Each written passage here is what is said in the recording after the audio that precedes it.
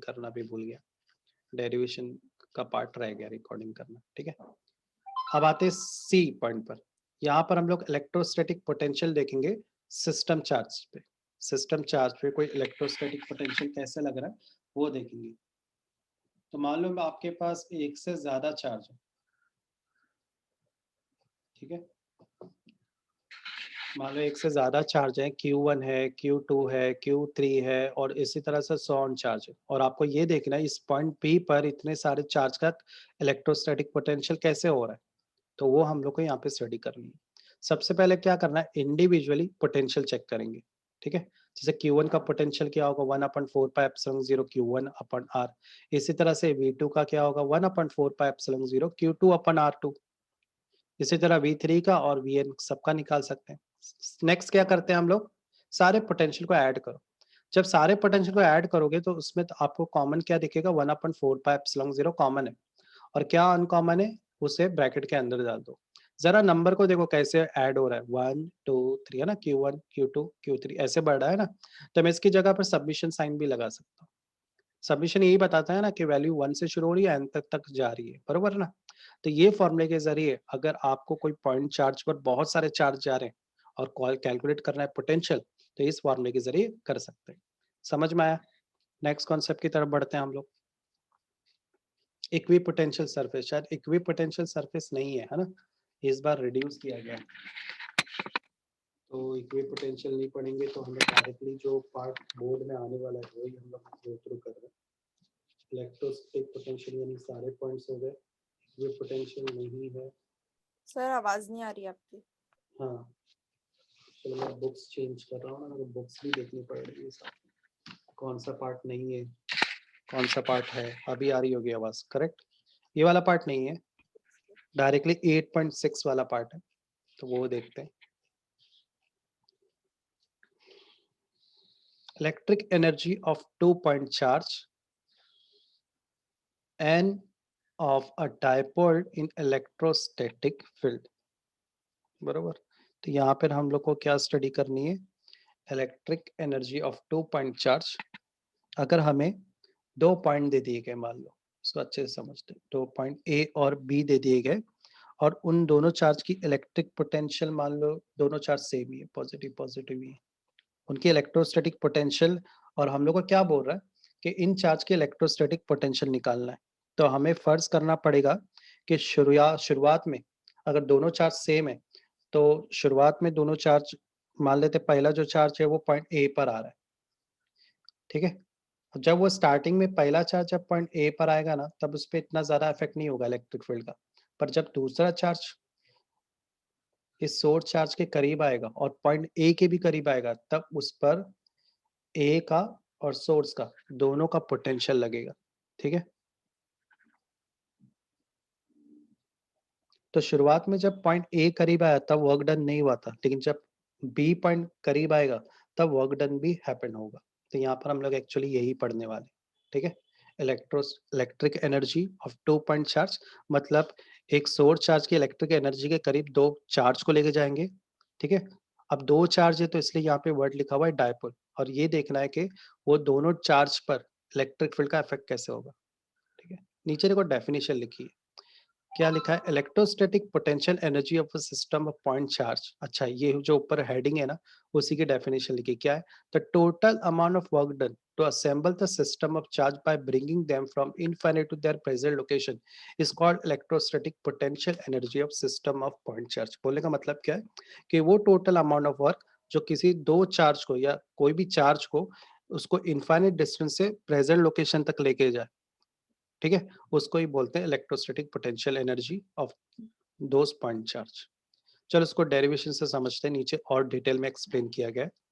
तो मान लो कि अपने पास दो चार्जेस है, अभी देखो यहाँ पे दोनों साथ में लिखा है, ए भी लिखा है बी भी लिखा है, तो अभी मान लो कि बी नहीं है यहाँ पर, ठीक है, सिर्फ ए प्रेजेंट है ऐसा कंसिडर करो। तो और ये मान लो सोर्स पॉइंट, इधर से कुछ ना कुछ इलेक्ट्रिक फील्ड निकल रही होगी, यहाँ से हम लोग इन दोनों चार्ज को ऑब्जर्व कर रहे हैं, ये भी कंसिडर करके तुम लोग समझ सकते हो। ये मतलब रेफरेंस पॉइंट है जहां पर बच्चा खड़ा होकर इन चार्ज को ऑब्जर्व कर रहा है। तो मान लो जब पहला चार्ज इनफाइनाइट डिस्टेंस से इस पॉइंट पर पहुंचा, तब इसको कोई भी वर्क डन करने की जरूरत नहीं पड़ेगी, क्योंकि वो अकेला है ना अभी। उसका जो चार्ज है वो Q1 है, मान लो ये पॉजिटिव चार्ज है Q1 है, और उसका O से A तक का डिस्टेंस R1 है, जो भी बंदा यहाँ से देख रहा है उसको। अब जब दूसरा चार्ज B इनफाइनाइट डिस्टेंस से A के करीब आएगा, तब एक मिनट,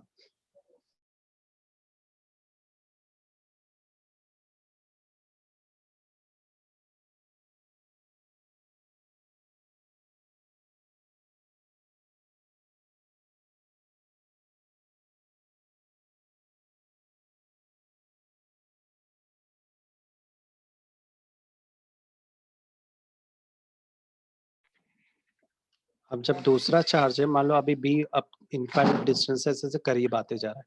अब जैसे ही वो A के करीब आएगा तो A दोनों, मान लो दोनों का चार्ज सेम है, ठीक है, पॉजिटिव पॉजिटिव। तो A जो है ना, इस B पर फोर्स लगाएगा, और उस फोर्स की वजह से इस बी को वर्क डन करना पड़ेगा ताकि वो इस चार्ज के करीब रह सके। तो यहाँ पर ये जो डिस्टेंस है R12, ये क्या बता रहा है, ये R1 का जो डिस्टेंस है वो फोर्स लगा रहा है बी पर। तो इसलिए यहाँ पे 1 2 का मतलब क्या है, distance of second to distance of one, दोनों के डिस्टेंस का टोटल, ये ए और बी के बीच का जो लाइन है ना, ये दोनों के डिस्टेंस के टोटल को बता रहा है और कुछ नहीं, ठीक है। ओ से बी तक का डिस्टेंस क्या है, R2, और ए और बी के बीच में जो डिस्टेंस लिखा है वो दोनों के डिस्टेंस को बता रहा है और कुछ नहीं, ठीक है। डायग्राम क्लियर है सभी को, डायग्राम में क्या एक्सप्लेनेशन हो रहा है, यस सर। क्लियर है ना? ओके, अब आगे बढ़ते हैं हम लोग। वापस से हम लोग फॉर्मूला निकालेंगे। पहले चार्ज का पोटेंशियल का फॉर्मूला रहेगा V1 is equal to 1/4 pi epsilon 0 Q1 upon R। इसमें तो कोई प्रॉब्लम नहीं रहेगा, क्योंकि यहाँ पे कोई वर्क डन नहीं लग रहा है, पोटेंशियल एज इट इज है। पर जैसे ही, तो फर्स्ट के हिसाब से वर्क डन 0 ही है, देखो यहाँ पे लिखा हुआ है। पर जैसे ही दूसरा पोटेंशियल यानी पॉइंट बी पहुंचेगा, तो पॉइंट बी पर फर्स्ट चार्ज के कितना वो डिस्टेंस करीब आया फर्स्ट चार्ज के, उसके बेस पर उस पर पोटेंशियल लगने लगेगा। यानी पॉइंट बी का जो वर्क डन है वो किस पर निर्भर करेगा, चार्ज 1 पर। चार्ज 1 से पॉइंट बी के चार्ज 2 पर कितना पोटेंशियल लग रहा है, उस बेस पे पॉइंट बी कितना वर्क डन करेगा वो निर्भर करेगा। तो can I say that W2 is equal to potential at B, तो बी का potential due to charge Q, P पर लगने वाला पोटेंशियल चार्ज क्यू की वजह से। तो चार्ज Q1 का पोटेंशियल क्या है, Q1 अपॉन 4 पाई एप्सिलॉन 0 R12। R12 की लिखा है, दोनों का डिस्टेंस बताया है, into Q2। Q2 as it is लिख दो। ये वाला पार्ट समझा क्या? अभी ये एक्चुअली इस ये वाली इक्वेशन लिया, W is equal to V into Q, ये वाला फॉर्मूला अप्लाई किया है। अब ये पोटेंशियल हमने V1 का लिया है, और Q हमारा Q2 है, ये वर्क डन। तो वर्क डन सेकंड पे जो वर्क डन हो रहा है वो पहले के पोटेंशियल की वजह से चार्ज 2 पर हो रहा है। बोलने का मतलब समझ में आया मैं क्या एक्सप्लेनेशन कर रहा हूँ यहाँ पे? ये हम लोग ऑलरेडी पढ़ चुके हैं इस तरह की इक्वेशन, पहले भी मैंने बताया। चलो आगे बढ़ते हैं हम लोग। अब मुझे एक और चीज क्या पता है कि वर्क डन और पोटेंशियल एनर्जी बराबर होते हैं। वर्क डन ही बताता है कि जब पोटेंशियल एनर्जी बैरियर या कुछ भी ऐसा होता है तभी वर्क डन हैपन होता है ना। तो मैं W की जगह U भी लिख सकता हूँ। तो U क्या हो जाएगा, 1/4 पाई एप्सिलॉन 0 Q1 Q2 अपन R12। यही इक्वेशन को एडजस्ट करके लिखा है बस। यहाँ पे अपना खत्म हो गया इलेक्ट्रोस्टैटिक पोटेंशियल एनर्जी का कॉन्सेप्ट। क्लियर है, किसी को कोई डाउट? तो यानी देखो, पहली इक्वेशन बनाना तो बहुत आसान था, पर जब दूसरा चार्ज आया तब थोड़ा सा प्रॉब्लम शुरू हो गई। दूसरे चार्ज को पे वर्क डन हो रहा करना पड़ रहा था उस जगह पे स्थिर रहने के लिए। ऐसा क्यों हो रहा था? तो सेम केस अगर मैं वापस से वही एग्जांपल लूं टाइगर श्रॉफ की, तो यहाँ पे गलत नहीं रहेगा।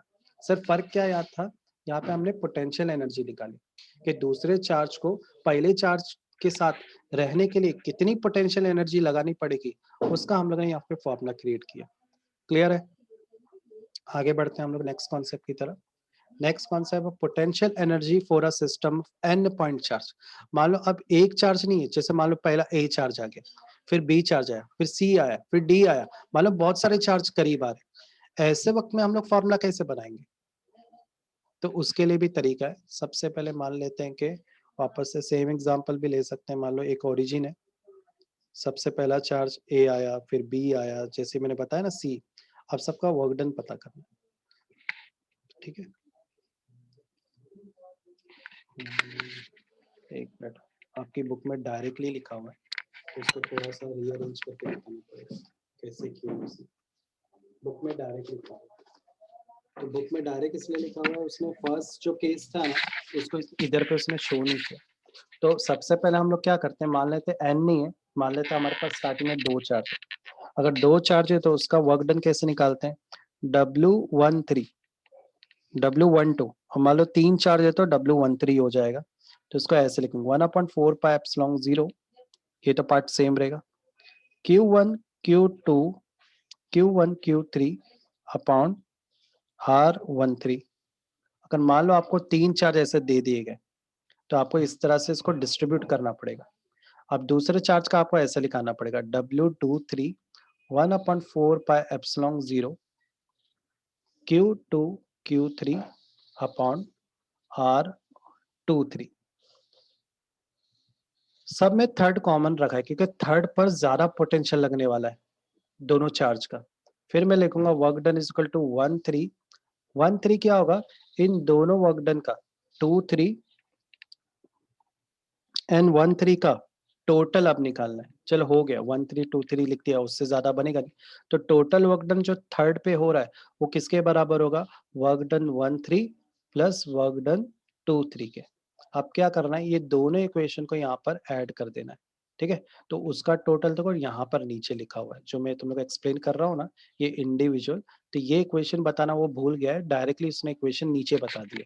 तो जब भी आपको इस तरह से पोटेंशियल बताना रहेगा, देखो 2 पॉइंट का पोटेंशियल हम लोग जानते हैं, 3 का कैसे निकालना है, पहले इसको इसके साथ कंपेयर करना है, फिर इसको इसके साथ कंपेयर करना है, उसके बाद दोनों का टोटल निकालना है।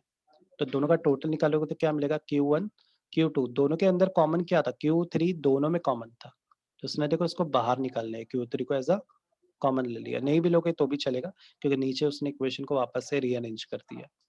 अब मान लो 4 वर्क डन दिया है तो कैसे निकालोगे 4 वर्क डन, तो ऐसे निकालना है, पहले वर्क डन 1 4 निकालो, फिर वर्क डन 2 4 निकालना, फिर वर्क डन 3 4 निकालना, इससे ज्यादा तो निकलेगा नहीं, वर्क डन 1 4 2 4 3 4। उसके बाद वर्क डन 4 क्या होगा, इन दोनों का addition, work done 1 4 plus work done 2 4 plus work done 3 4, तो आपको ये मिलेगा। देखो जरा वर्क डन 1 4 है कि नहीं, 1 4, 2 4 है कि नहीं, 2 4, 3 4 है कि नहीं, 3 4। जो नंबर यहाँ डालोगे वही नंबर ही नीचे लिखना, जो नंबर यहाँ डालोगे वही नंबर नीचे लिखना, ठीक है। अब सब में देखो आपको एक ऑर्डर दिखाई दे रहा होगा, तो वो ऑर्डर के बेस पे सबमिशन लगा दो। देखो ऑल पेयर जे के क्यों लिया है, एक पर्टिकुलर नंबर हम लोग रिपीट कर रहे हैं, तो ऊपर जो रहेगा जे के नीचे भी आपको वही नंबर लेना पड़ेगा। क्लियर है, यहाँ पर ट्रिक बताइए कि एन चार्ज का पोटेंशियल एनर्जी कैसे कैलकुलेट कर सकते हैं, उसका हम लोग यहाँ पे डेरिवेशन बना रहे हैं।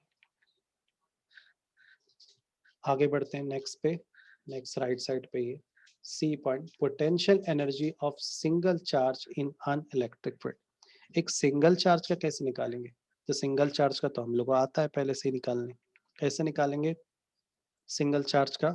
तो पहले कंसिडर करते हैं कि मान लो एक सोर्स चार्ज है, उस सोर्स चार्ज की इलेक्ट्रिक फील्ड ऐसे जा रही है और उसका पोटेंशियल भी बिल्कुल उसी हिसाब से ट्रैवल करेगा, बरोबर। तो मान लेते हैं एक पॉइंट पी है, तो मुझे ये देखना है ये जो सोर्स चार्ज है ना पॉजिटिव, इसका पोटेंशियल या इलेक्ट्रिक फील्ड इस पॉइंट पी पे कितना पड़ रहा है, उसका मुझे पोटेंशियल एनर्जी निकालना है। और ये पॉइंट पी मान लो मेरा ये अकेला सिंगल चार्ज है, और सिंगल चार्ज का एक्स पॉइंट पी तक में कितना पोटेंशियल हो रहा है वो से मेरे को फाइंड आउट करना है और कुछ नहीं करना। तो उसके लिए देखो यहाँ पे डायरेक्टली फॉर्मूला दिखा देता हूँ, और ये फॉर्मूला आया कैसे वो भी बताते हैं। तो यहाँ पे डायरेक्टली हम लोग सिंपल बेसिक फॉर्मूला इस्तेमाल करेंगे, V is equal to W upon Q, बराबर। तो W क्या हो जाएगा, V इंटू क्यू, बराबर। Yes sir. हो गया, यही है फॉर्मूला, देखो नीचे वही लिखा हुआ, सिर्फ W की जगह पोटेंशियल एनर्जी लिया है। तो पोटेंशियल एनर्जी को का मतलब क्या होता है, U का मतलब क्या होता है W, बरोबर। हो गया, एक चार्ज है तो टेंशन नहीं है, पर एक से ज्यादा चार्ज है तो आपको ये जो लेफ्ट साइड वाला मेथड है वो यूज करना पड़ेगा। नाउ डी पर potential energy of a system of two charge in an external electric field, ठीक है। अभी हमें को दो चार्ज का एक्सटर्नल फील्ड निकालना है, तो पहले चार्ज का निकालना तो बहुत आसान है, W1 is equal to Q1 V R1। पर W2 का जब निकालेंगे तो देखो 2 चार्ज हैं, एक चार्ज के टाइम तो कुछ नहीं होगा, पर जब दूसरा चार्ज आता है ना करीब, तो उस चार्ज पे पहले वाले चार्ज का भी इलेक्ट्रिक फील्ड अफेक्ट करता है। ठीक है, दो मान लो दोनों चार्ज सेम है, देखो सेम बार-बार कॉन्सेप्ट मैं रिपीट कर रहा हूँ। बस फिर फ़र्क क्या है, हम लोग अलग-अलग जगह पर अलग-अलग चीज़ कैलकुलेट कर रहे हैं। सेकंड का वर्क डन अगर निकालना है तो वो क्या होगा, Q2V रहेगा, बस इतना लिखना काफ़ी नहीं है। ये भी तो है कि फर्स्ट चार्ज का जो लग रहा है, जो वर्क डन हो रहा है ना सेकंड चार्ज पे, वो फर्स्ट चार्ज का भी तो हो रहा है। फर्स्ट चार्ज का पोटेंशियल लिख रहा है, ये इसको ऐसे ये देखो यहाँ पे प्रॉपर लिखा हुआ है, Q2 इंटू V1 लिखना चाहिए मुझे यहाँ पे। V1 क्यों? क्योंकि वर्क डन जो हो रहा है सेकंड चार्ज पे, वो फर्स्ट चार्ज के पोटेंशियल की वजह से हो रहा है। तो यहाँ पर V1 की जगह मैंने क्या लिख दिया है, ये वाला पार्ट पूरा लिखा है। ठीक है, यहाँ पे थोड़ा-सा करेक्शन किया है। हमने ये वर्क डन को ही कंटिन्यू किया है नीचे फॉर्मूला। बाकी ये Q2 एज़ इट इज़ है यहाँ पे। क्लियर है सभी को? किस तरह से फॉर्मूला क्रिएशन हो रहा है? तो मुझे W2 क्या मिल रहा है यहाँ पर? W2 मिल रहा है मुझे Q2V प्लस Q1 Q2 अपन 4 पाई एप्सिलॉन 0 R12। अब बोलेंगे सर यहाँ पे ब्रैकेट में R2 क्यों दिया है? तो R2 डिस्टेंस को बता रहा है, डायरेक्शन को बता रहा है और कुछ नहीं। अगर मुझे टोटल वर्क डन निकालना रहेगा तो टोटल वर्क डन क्या रहेगा? टोटल वर्क डन होगा W1 प्लस W2। W1 तो हमें को सिर्फ इतना ही मिला, पर W2 देखो इतना बड़ा मिला है, बरोबर? तो इसको यहाँ नीचे लिख दिया गया। क्लियर है सभी को किस तरह से किया गया है ये? कोई डाउट आया किसी को? पक्का? अब नेक्स्ट कॉन्सेप्ट की तरफ बढ़ते हैं। E potential energy of dipole in an external field. मान लो कि एक एक्सटर्नल फील्ड में एक डायपोल चार्ज है, मतलब एक पॉजिटिव नेगेटिव जिसका डिस्टेंस 12 हो, बरोबर? उसको डायपोल मूवमेंट बोलते हैं। उस पर कितना पोटेंशियल लग रहा है वो देखना है। एक्सटर्नल फील्ड में है ना, तो वो कितना अपना पोटेंशियल दिखा रहा है, कब तक वो स्थिर रहेगा वो देखना है। अभी अगर वो चार्ज के बेस पे देखो तो ऊपर पॉजिटिव चार्ज है, और मान लो एक इलेक्ट्रिक फील्ड है, वो पॉजिटिव से नेगेटिव के बीच में ये डायपोल को रख दिया गया। मान लो डायपोल एक रॉड ही है, तो पॉजिटिव चार्ज पे कैसे इलेक्ट्रिक फील्ड लग रही है? राइट डायरेक्शन में लग रही है, क्योंकि पॉजिटिव है ना, तो पॉजिटिव पॉजिटिव नेगेटिव, पॉजिटिव से नेगेटिव की तरफ ही जाएगा ये चार्ज। दूसरा चार्ज है नेगेटिव। अब देखो चार्ज इलेक्ट्रिक फील्ड कैसे बह रहे हैं, पॉजिटिव से नेगेटिव, पॉजिटिव से नेगेटिव, तो ये नेगेटिव चार्ज हो तो किसकी तरफ अट्रैक्ट करेगा? लेफ्ट डायरेक्शन में। नेगेटिव चार्ज लेफ्ट डायरेक्शन में अट्रैक्ट करेगा इलेक्ट्रिक फील्ड के, और जो पॉजिटिव चार्ज है वो इलेक्ट्रिक फील्ड के राइट डायरेक्शन में अट्रैक्ट करेगा। ये वाला पार्ट क्लियर है? अब जाहिर बात है, दो सेम एरो देखो, दोनों पैरेलल एरो पर दोनों एक दूसरे के अपोजिट है, तो ये जो डायपोल एक पर्टिकुलर एंगल में रोटेशन करना शुरू कर देगा। अगर वो ये रोटेशन करता है किसकी वजह से? इस इलेक्ट्रिक फील्ड फोर्स की वजह से, तो इस फोर्स को क्या बोलते हैं? टॉर्क बोलते हैं। तो यहाँ पर इलेक्ट्रिक फील्ड एक तरह की फोर्स है जो इस डायपोल को रोटेट कर रही है, तो उस फोर्स को टॉर्क बोलते हैं। मैंने पहले बताया था, अगर कोई फोर्स से रोटेशन उसको बोलते हैं टॉर्क। टॉर्क का फॉर्मूला क्या है? तो यहाँ पे टॉर्क किस पे हो रहा है? ये डायपोल पे हो रहा है, दैट इज पी। किसकी वजह से हो रहा है? इलेक्ट्रिक फील्ड की वजह से हो रहा है। So can I write like this, torque is equal to P cross E. अब ये P cross E actually vector का फॉर्मूला, डेफिनेशन याद है? Vector P cross vector E is equal to P cross E Q sine theta. तो can I write like here, P cross E की जगह P E sine theta लिख सकता हूँ कि नहीं?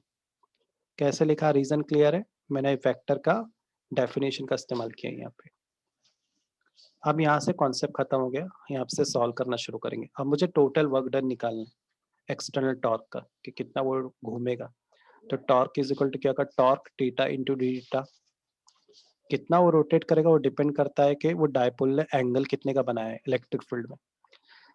अब टॉर्क की वैल्यू हमें पता है, P E sine theta D theta. आगे बढ़ते हैं। अब इंटीग्रेशन में साइन थीटा क्या हो जाता है? Cos theta. थीटा की दो वैल्यू मेरे पास, टी थीटा एंड थीटा, तो मेरे पास दो थीटा कॉस आ जाएंगे, minus cos theta minus minus cos theta zero, minus minus become plus. तो P is equal to minus cos theta plus cos theta zero. P is equal to cos theta zero minus cos theta. तो ये बनी अपनी work done की equation. आगे बढ़ते हैं हम लोग। अच्छा, मेरे को एक और चीज पता है कि जो वर्क डन होता है वो पोटेंशियल एनर्जी के बराबर होता है, तो मैं इस W की जगह U लिख सकता हूँ कि नहीं? अब यहाँ पे तुम लोग देख सकते हैं U दो बार लिखा है, एक U थीटा और दूसरा क्या U थीटा जीरो। यहाँ पे थीटा जीरो का मतलब जीरो ही होता है, उस थीटा की वैल्यू क्या है? जीरो है। तो अगर मैं cos थीटा की जगह पर वो वैल्यू पुट करूँगा तो उस हिसाब से बदलाव दिखाई देगा मुझे। पहले थीटा की वैल्यू 0 ले लिया तो यहाँ पे u थीटा बचेगा। नेक्स्ट, अभी देखो u थीटा एक्चुअली स्टार्टिंग के एंगल को बताता है। तो अगर मैं वापस से डायग्राम में जाऊँ तो स्टार्टिंग एंगल कितने का बन रहा है?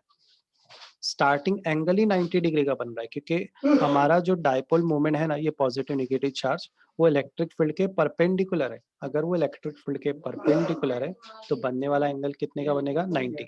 90 को रेडियन में किससे रिप्रेजेंट करते हैं? π/2 से। तो मैंने यहाँ पर cos थीटा 0 की जगह π/2 ले लिया। cos 90 कितना होता है? 0। तो ये भाग 0 हो गया, तो क्या बचेगा?